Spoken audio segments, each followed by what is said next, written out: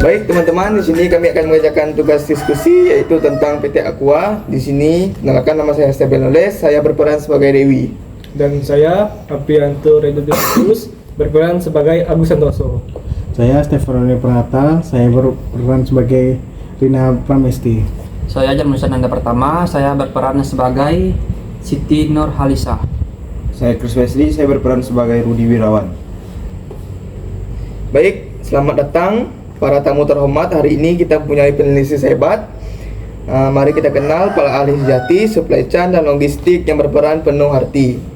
Saatnya kita persilakan Agus Santoso untuk maju ke depan, manajer supply chain PT Aqua. Halo semuanya, saya Agus Santoso. Supply chain adalah dunia yang saya jaga, kelola distribusi dengan baik dengan teliti. Pastikan setiap tetes tepat sasaran lagi. Mari kita dengarkan para ahli berbicara berbagai wawasan dan ilmu mereka dari supply chain sampai manajemen produksi pada diskusi yang penuh inspirasi. Selanjutnya, Dr. Rina Pramesti, dosen dan pakar manajemen rantai pasok. Mari kita ceritakan pengalamannya yang berarti buat generasi muda siap hadapi tantangan nanti. Salam sejahtera, saya Dr. Rina, ilmu rantai pasok. Saya kembangkan semua teori dan praktik adalah jembatan agar rantai pasok berjalan sesuai harapan.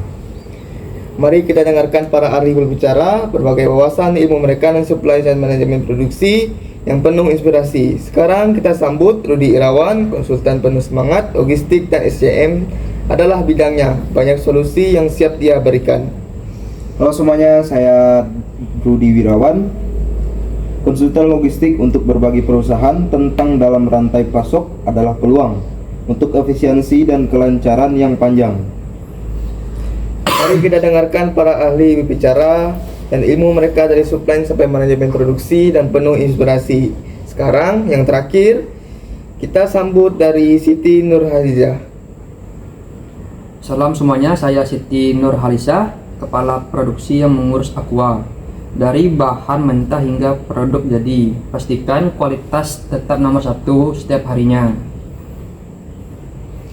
Terima kasih kepada para penulis di sini. Mari kita diskusi wujudkan visi supply chain dengan logistik. Topik yang penting, dengar pengetahuan ini dan kita bergerak demikian dan berkembang.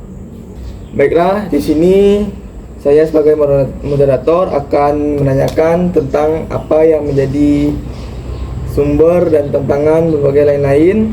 Yang pertama-tama saya akan menanyakan pada Agus Santoso menjelaskan bagaimana PT Aqua memastikan seluruh tahapan lain rantai pasokan berjalan dengan lancar. Baik, Agus Santoso bisa dijelaskan? Oke, saya jelaskan bahwa Aqua memiliki strategi distribusi yang fleksibel menggunakan mitra lokal dan logistik yang berada di wilayah terpencil untuk memastikan air minum Aqua sampai ke seluruh pelosok negeri dengan kualitas yang tetap terjaga. Oke, baiklah, itu penjelasan dari Agus Santoso tadi. Baik, saya akan menanyakan lagi ke Dr. Rina Pramesti, memberikan pandangan dari sudut akademis, menjelaskan pentingnya SCM untuk memastikan ketersediaan produk ini. Paparan itu bagaimana? Baik, saya akan menjelaskannya. Menekankan bahwa meskipun dapat mempermudah proses SCM, tantangan ini harus dikelola dengan strategi yang tepat agar proses distribusi produk berjalan efisien dan tepat waktu. Oke, itu penjelasan dari Dr. Rina Pramesti. Sekarang kita ke Rudi Wirawan. Bagaimana pentingnya penggunaan teknologi dalam PT Aqua ini? Baik, saya akan menjelaskan penggunaan teknologi digital khususnya sistem enterprise resource planning sangat penting untuk meningkatkan transparansi dan efisiensi dalam rantai pasok Aqua. Dengan ERP, perusahaan dapat mengintegrasikan berbagai fungsi bisnis seperti pengadaan, produksi, dan distribusi dalam satu platform. Hal ini memungkinkan akses real-time terhadap data yang meningkatkan visibilitas dan akurasi informasi di seluruh rantai pasok. Transportasi yang dihasilkan dari sistem ini membantu dalam pengambilan keputusan yang lebih baik dan responsif terhadap perubahan pasar. Selain itu, efisiensi operasional meningkatkan karena proses manual yang berlebihan dapat diminimalisir, menguranginya biaya dan waktu yang diperlukan untuk menyelesaikan tugas-tugas tertentu. Secara keseluruhan, implementasi IRV dapat memberikan Aqua keunggulan kompetitif di pasar dengan memperkuat kinerja rantai pasok mereka. Oke, itu penjelasan dari Rudi Wirawan tadi. Sekarang kita mendengarkan penjelasan dari Siti Nurhaliza tentang apa tantangan yang ia hadapi dalam memproduksi produk tersebut. Silakan. Baik, yang pertama ada keterbatasan bahan baku. Nah, di sini saya akan menjelaskan dari keterbatasan bahan baku itu. Ketersediaan bahan baku yang terbatas atau fluktuatif sering menjadi kendala. Faktor seperti kelangkaan, harga yang berfluktuasi atau distribusi yang terganggu dapat memengaruhi proses produksi.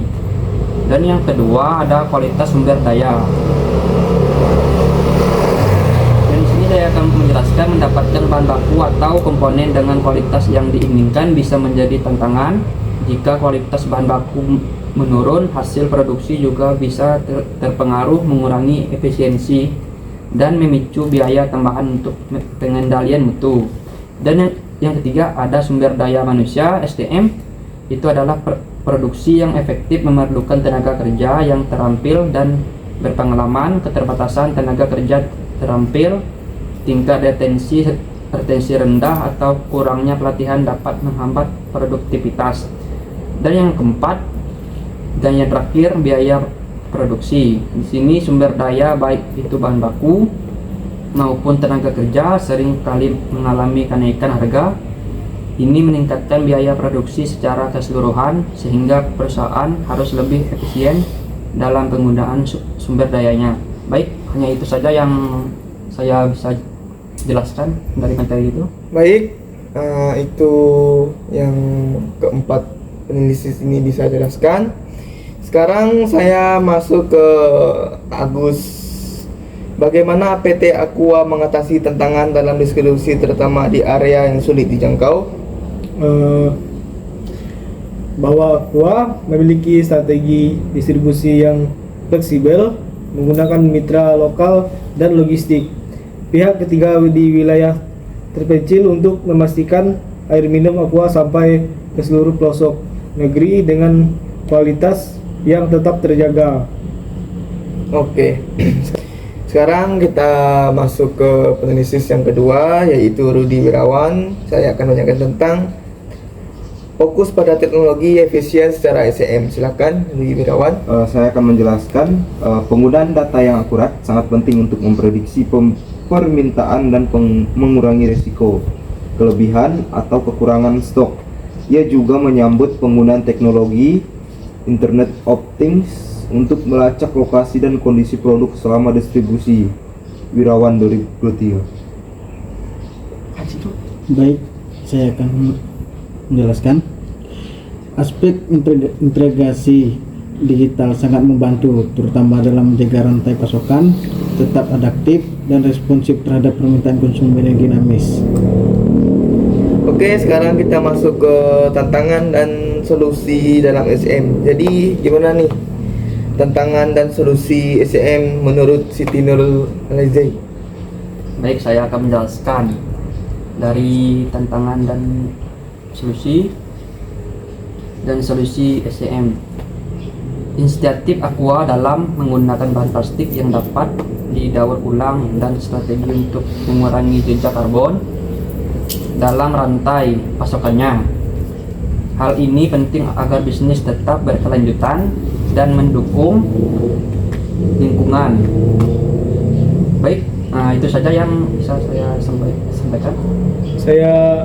Saya menambah sedikit bahwa Aqua juga mendapatkan kemitraan dengan masyarakat sekitar untuk melindungi sumber mata air dan mengurangi dampak negatif terhadap lingkungan.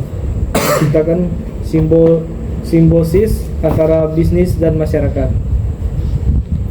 Oke, sekian dulu diskusi kita. Kita akan kembali setelah beristirahat.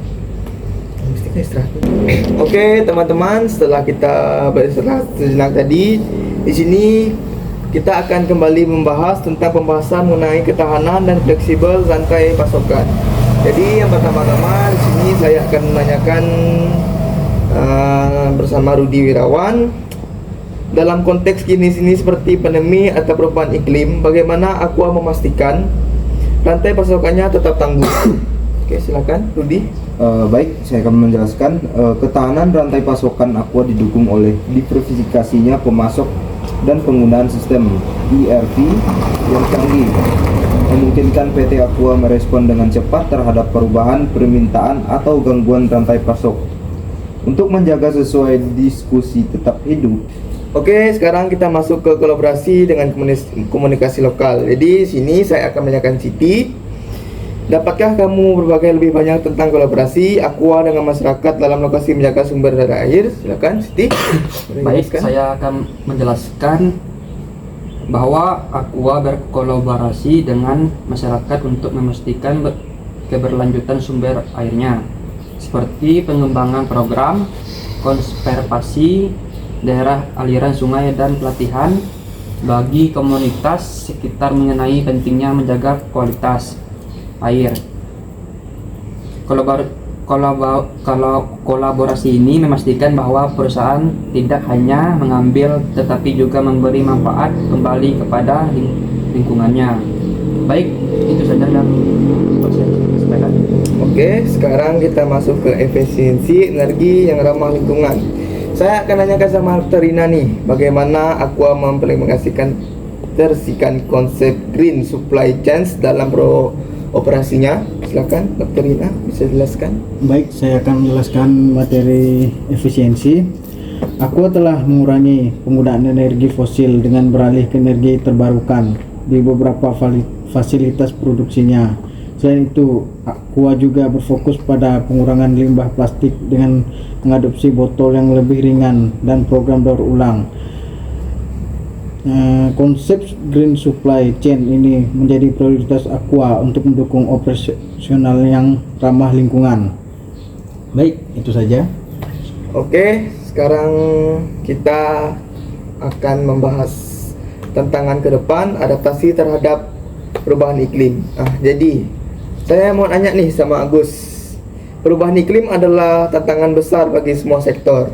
Bagaimana PT Aqua menyesuaikan strategi SDM untuk menghadapi perubahan ini? Baik, saya menjelaskan. Aqua mengembangkan strategi adaptif yang lebih fleksibel dengan memperbanyak sumber-sumber mata air baru dan berkolaborasi dengan berbagai pihak untuk mengatasi risiko penurunan kualitas dan kuantitas air akibat perubahan iklim.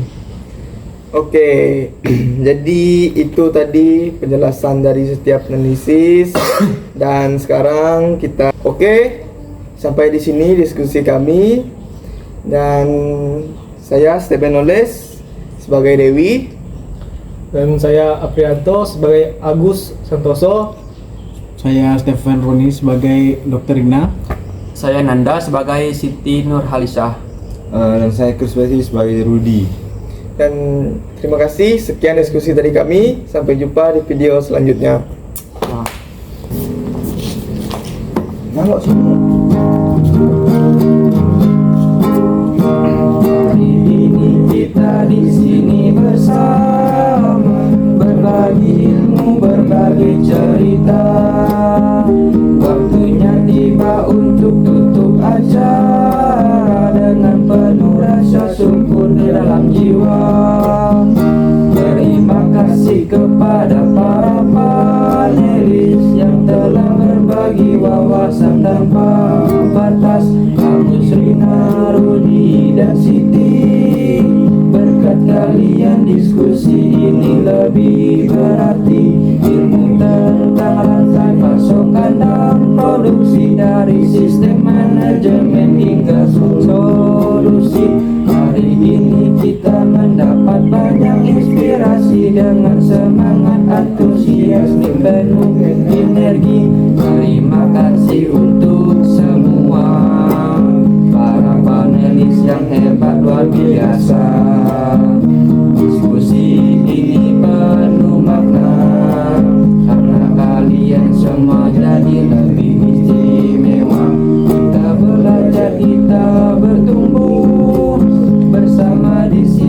semua jadi lebih utuh.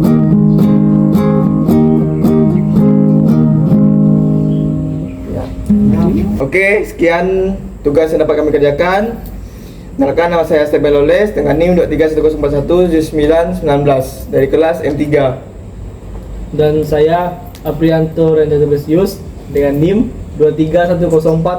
2310417915 dari kelas M3. Saya Stefan Rone Pranata dengan NIM 2310417927 dari kelas M3. Saya Jalmusa Nanda Pratama dengan NIM 2310417928 dari kelas M3. Saya Kuswesdi dengan NIM 2310417923 dari kelas M3. Baik, sekian tugas yang dapat kami kerjakan. Sekiranya ada kata yang kurang menyenangkan, kami minta maaf. Sekian dan terima kasih.